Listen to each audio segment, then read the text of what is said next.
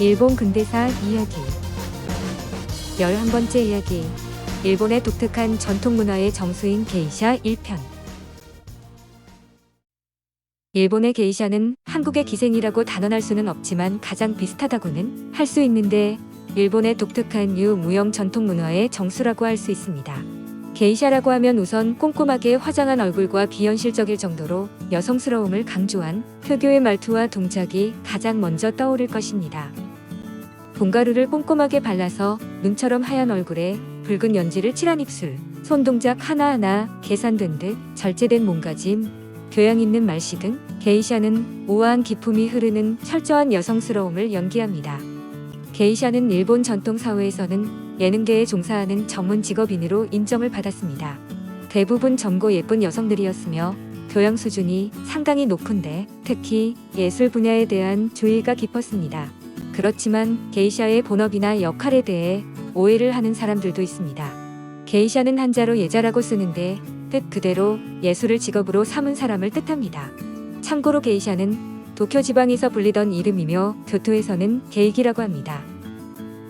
일본의 게이샤가 등장한 것은 17세기 무렵으로 도쿄와 오사카에 해당하는 지역을 중심으로 여자의 춤과 노래를 감상하며 차와 술을 마실 수 있는 곳이 생겼습니다.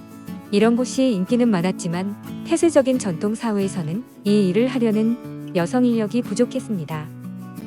그래서 초기에는 곱상하게 생긴 남자들이 여장을 하고 이 일을 대신하는 일이 많았다고 전해집니다. 그러나 점점 그 숫자가 늘어나 일본에서 게이샤 문화가 절정을 이룬 18세기 무렵에는 교토 내에서만 게이샤가 수만 명에 달했다고 합니다. 게이샤들이 하는 일을 간단히 살펴보면 술을 따르거나 가물을 선보여 연회석에 흥을 돋우는 일이라고 할 수 있습니다. 하지만 게이샤의 진정한 가치는 그녀가 자리하는 것만으로도 연회의 품격이 올라간다는 점에 있습니다. 그러기 위해 게이샤는 외모뿐 아니라 예술적 재질을 갈고 닦아 손님들에게 심리적 만족감을 느끼도록 해주는 존재가 되어야만 했습니다.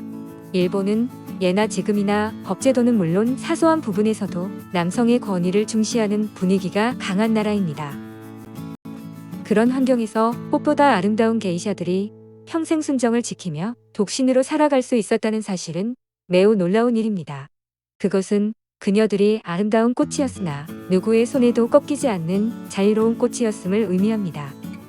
또한 게이샤들이 예술을 팔아 생계를 유지한 예능인이었다는 사실을 뒷받침해주는 중요한 근거가 되기도 합니다. 게이샤들은 대부분 게이샤들끼리 함께 모여 살며 외출은 극히 드물다고 합니다.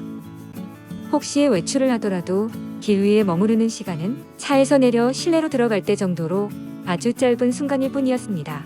그나마 얼굴을 가리기 때문에 일반인들은 우연이라도 게이샤를 직접 보는 기회는 거의 없다고 할 수 있습니다. 게이샤들은 외출할 때 항상 기모노를 정식으로 갖춰 입고 반드시 남자가 동행을 하는데 이 남자는 수행비서 겸 경호원 역할을 합니다. 게이샤가 외출할 때는 기모노를 갖춰 입기 때문에 혼자서 행동하기가 불편하며 다른 사람들의 시선을 끌기도 쉬웠습니다.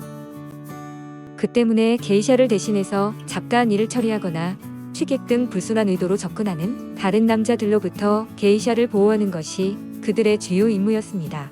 게이샤들이 화장을 진하게 하기 시작한 것은 18세기 초반부터였는데 공연을 위해 고안한 일종의 무대용 분장이었습니다. 얼굴에는 하얀 분을 바르고 입술에 붉은 연지를 칠하고 눈초리에 불그스름한 색조를 넣어서 전통 인형 같은 느낌을 주는 이 화장법은 유행의 급물살을 탔습니다. 당시에는 조명이 어두웠기 때문에 이런 식의 화장법이 가장 적합했던 모양입니다. 게이샤들이 입는 기모노는 상상을 초월하는 고급품으로 오늘날에도 게이샤의 기모노는 장인이 수작업으로 제작한 고급 원단을 주로 사용하고 바느질도 꼼꼼합니다.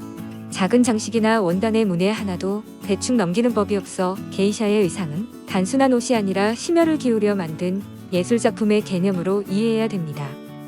그러다 보니 게이샤의 능력에 따라 입을 수 있는 기모노의 가격대는 대략 수십만 엔에서 수천만 엔에 이르기까지 다양합니다.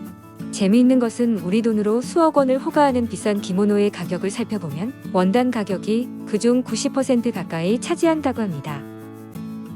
참고로 관광객이 교토거리에서 자주 볼 수 있는 것은 정식 게이샤가 아닌 마이코 의상인데 이것은 몸에 장식이 많고 치렁치렁해서 화려한 느낌이 강한 것이 특징입니다. 게이샤들은 음악에 맞춰 춤추거나 노래 부르는 이로 해 손님과의 원활한 소통과 교류도 중시합니다. 그래서 손님과 유연하게 대화할 수 있도록 다양한 지식을 배우고 익히는 일에 부단한 노력을 합니다. 이 때문에 일반 교양은 물론 정치, 경제 분야까지 다방면으로 지식 수준이 높은 편입니다. 게이샤의 공연을 보면 역할이 크게 두 가지로 나뉘는데 춤을 추는 사람을 다치가타라고 하며 악기를 연주하거나 노래를 부르는 사람을 지가타라고 합니다. 말 그대로 일어서서 춤을 추기 때문에 다치가타이고 바닥에 앉아서 악기를 연주하거나 노래를 부르기 때문에 지가타라고 부르는 것입니다. 지가타는 주로 북이나 샤미센 등을 연주하면서 노래를 부르는데 나가우타나 기요모토 등이 유명합니다. 또 게이샤들은 춤과 노래, 음악과 같은 공연 외에도 다도나 향도, 화도 등 사교 자리에서 필요한 예술적 소양까지 두루 갖추고 있습니다.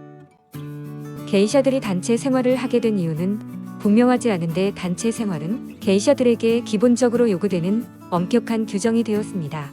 이 때문에 사생활을 누릴 수 없는 게이샤들은 결혼도 할 수 없었는데 다만 게이샤가 되려면 그 첫 관문으로 어떤 남성과 첫날 밤을 보내야 했습니다.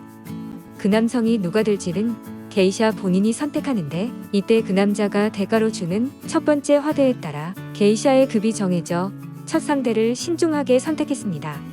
그리고 그 남자 역시 자신이 게이샤로 만든 여성이 경제적으로 곤란함을 겪지 않도록 평생 돌보는 일종의 스폰서 역을 맡아야 했습니다. 이것은 한국의 기생제도와 아주 흡사한데 남자들을 단나라고 부르는데 현대 일본어에서 단나란 남편을 뜻합니다.